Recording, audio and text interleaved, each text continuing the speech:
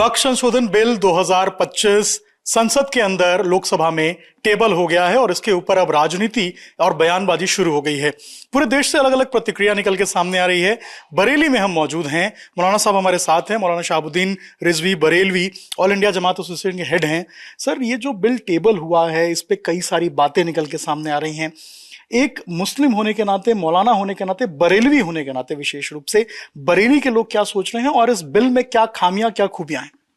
देखिए, वक्फ संशोधन बिल ये नया नहीं है और इससे पहले भी कांग्रेस की गवर्नमेंट थी तो उसमें भी 4 से 5 बार संशोधन हुआ और ये 100 साल पुराना बना हुआ कानून है, कोई नया कानून नहीं है। मगर ज़माने और हालात के तकाज़े होते हैं और ज़माने की ज़रूरतें होती हैं, उसके तहत तरमीम और तब्दील संशोधन होता रहता है। ऐसे संविधान में भी 100 बार संशोधन हो चुका है ज़रूरतों के हिसाब से।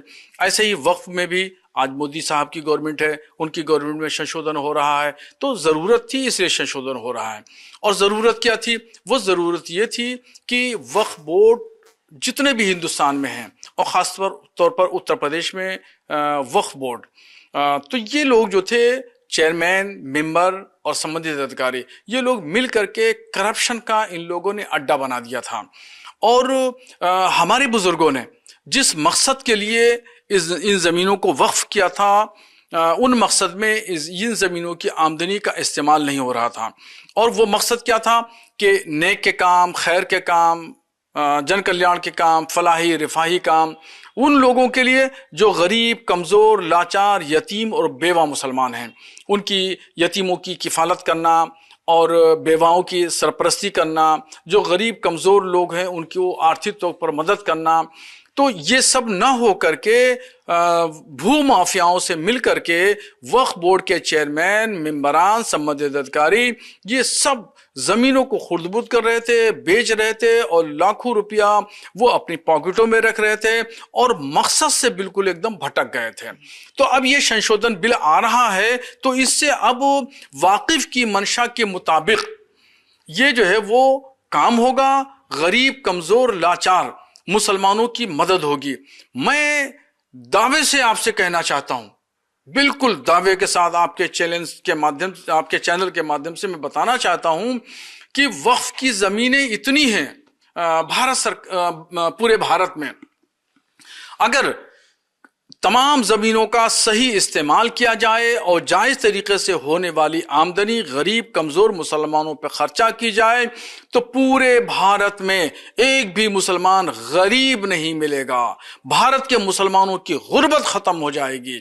और जो आप देखते हैं कि चौराहों पे, रोडवेज़ में, बसों में दाढ़ी वाले और क्या नाम है, बुर्का पोश ख़वातीन, ये ख़वातीन जो भीख मांगती हुई मिल रही हैं, ये कोई भी भीख मांगती हुई नहीं मिलेगी। एक मुसलमान भी भीख मांगता हुआ नहीं मिलेगा। लेकिन सर, आप जो बात कह रहे हैं, कई लोग हैं जो इसका विरोध कर रहे हैं। वो कह रहे हैं कि इससे ज़मीनें छीन ली जाएंगी, इससे जो है हमारी जो पुराने पूर्वज ने हमें जो दान किया था वो ले लिया जाएगा।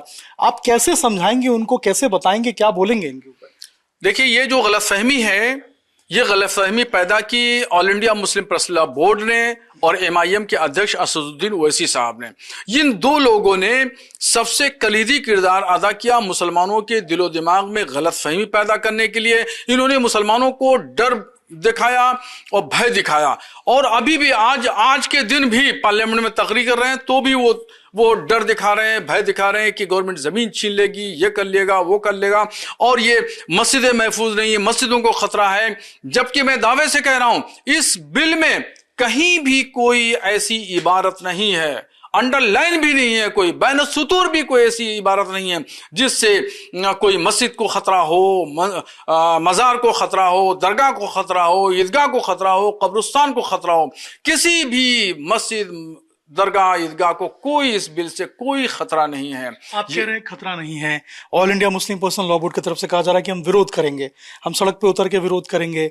कई बार कई लोग ऐसा कह रहे हैं कि हम जो है प्रोटेस्ट सड़कों पे आगे करेंगे। उनको आप क्या कहेंगे? मुस्लिम पर्सनल लॉ बोर्ड अपने मकसद से भटक गया है। मुस्लिम पर्सनल लॉ बोर्ड तमाम पॉलिटिकल पार्टियों का आलाएकार बन गया है। मुस्लिम पर्सनल लॉ बोर्ड को सियासी लोगों ने हाईजैक कर लिया है और यही हाईजैक करने का नतीजा है कि आपने देखा कि रमजान शरीफ का महीना खुदा की इबादत के लिए महीना होता है, उस इबादत के दिन को भी इन्होंने धरने प्रदर्शन में लगा दिए। मुसलमानों को कुरान पढ़ने नहीं दिया, नमाज रोजा पढ़ने नहीं दिए, पाबंदी नहीं करने दी, तकवा और तहारत को छीन करके जंतर मंतर पर ले आके बिठा दिया। फिर ऐसे ही मुस्लिम पर्सनल बोर्ड के लोगों ने पटना में और विजयवाड़ा में भी जाकर के वहां पर इबादत के दिन धरना प्रदर्शन कराया। धरना प्रदर्शन आप खूब करिए, संविधानिक अधिकार है, हर एक शख्स का अधिकार है, मगर इबादत की दिनों को तो छोड़ दीजिए। 11 महीना पड़े हैं धरना प्रदर्शन के लिए, 11 महीने खूब करिए, मगर रमजान का महीना तो छोड़ देते। मगर मुस्लिम पर्सनल बोर्ड के लोग सियासी लोगों के आलयकार बन चुके हैं। सियासी पॉलिटिकल पार्टियों ने मुस्लिम पर्सनल बोर्ड को हाईजैक कर लिया है और बोर्ड अपने असल मकसद से भटक गया है। कैसे भटका हो मैं आपको बताऊं। बोर्ड का जो गठन हुआ था वो गठन ये हुआ था कि खालिस शरई और मजहबी मामलात को बोर्ड देखेगा और गवर्नमेंट के सामने रखेगा। बाबरी मस्जिद अयोध्या का मामला हुआ, एक वकील भी बोर्ड ने नहीं खड़ा किया। ज्ञानवापी मस्जिद बनारस, मथुरा की शाही ईदगाह मस्जिद, जामा मस्जिद शमसी बदायूं, जामा मस्जिद संभल, मौला ज्ञान मजार, भोजशाला मध्य प्रदेश, श्रीरंगपट्टनम ईदगाह कर्नाटक, इस तरीके से 12 जगह ऐसी हैं जो हाई कोर्ट में, सुप्रीम कोर्ट में केसेस चल रहे हैं, मगर मुस्लिम पर्सनल बोर्ड ने अपना कोई वकील नहीं खड़ा किया। तो ये था मकसद असल, वहां खड़ा करना चाहिए था, मजबूत दलीलें दी जाती ताकि अपना मौकफ वाजे होता। ये सब ना करके बोर्ड सिर्फ राजनीति कर रहा है। अच्छा, अब तो ऐसा लग रहा है कि आज रात तक जो है इसके ऊपर चर्चा भी होगी, अभी चर्चा हो भी रही थी।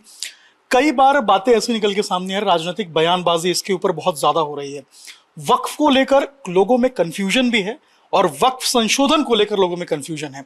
कैसे क्लियर करेंगे लोग और क्या समझते हैं इसको लेकर?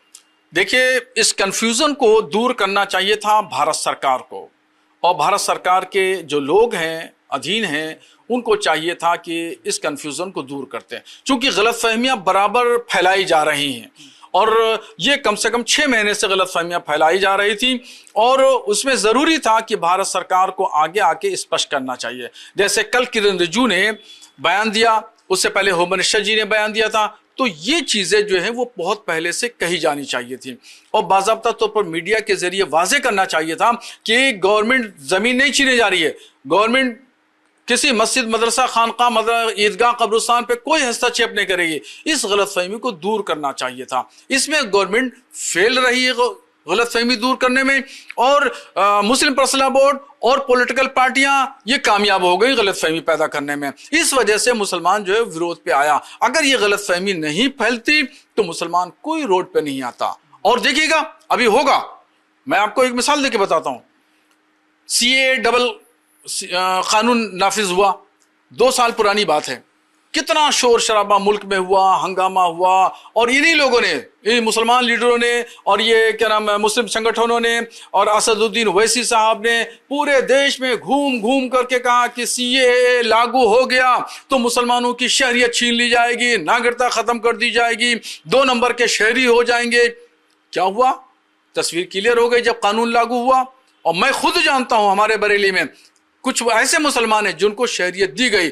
इस कानून में मैंने पहले भी कहा था, जब CAA का एहतजाज चल रहा था उस वक्त भी मैंने स्पष्ट किया था कि ये कानून नागरिकता यानी शहरियत को छीनने वाला नहीं बल्कि ये तो देने वाला है, और इस कानून का मुसलमानों से कोई लेना देना नहीं। अभी आप देख लीजिएगा, आज रात में या कल किसी वक्त पास हो जाएगा बिल। पास होने के बाद में पूरी तस्वीर क्लियर हो जाएगी, और इसका ऐसा ही होगा। जो लोग पहले शोर मचा रहे थे कि CAA आएगा तो मुसलमानों की शरीयत छीन ली जाएगी, अब खामोश बैठ गए, मुंह पे ताला लगा लिया, कान में रुई ठूस ली इन लोगों ने जो मुसलमानों को डरा रहे थे। अभी फिर देखिएगा वक्फ संशोधन बिल आने के बाद यही लोग सब शांत नजर आएंगे, मुंह पे पट्टी लगी होगी, कान में रुई लगी होगी। बिल्कुल। तो ये मौलाना साहब थे जिनका साफ तौर पे कहना है कि एक कंफ्यूजन था जो पैदा किया गया था, अगर क्लियर किया जाता तो शायद ऐसे हालात नहीं होते और लोग विरोध नहीं करते। चंद्र के साथ अभिषेक राज, टाइम्स नवभारत, बरेली।